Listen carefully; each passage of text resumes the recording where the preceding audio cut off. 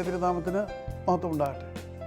കർത്താവിൽ പ്രിയ സഹോദരങ്ങളെ, world to world ടെലിവിഷൻ്റെ ആഭിമുഖ്യത്തിൽ നടത്തപ്പെടുന്ന ബൈബിൾ ക്രൗൺ പ്രതിദിന പ്രശ്നോത്തരിയിലേക്ക് നിങ്ങളെല്ലാവരെയും കർത്തൃനാമത്തിൽ സ്വാഗതം ചെയ്യുന്നു. നമ്മുടെ ഇന്നലത്തെ ചോദ്യം: ഇസ്രായേൽ മക്കളുടെ മിസ്രയീമിലെ അടിമത്തത്തിൻ്റെ കാലത്ത് മിസ്രയീമിലെ രാജാവ് ഏത് പേരിലാണ് അറിയപ്പെട്ടിരുന്നത്? ഉത്തരം ഫറവോ. ഇന്നലത്തെ വിജയി.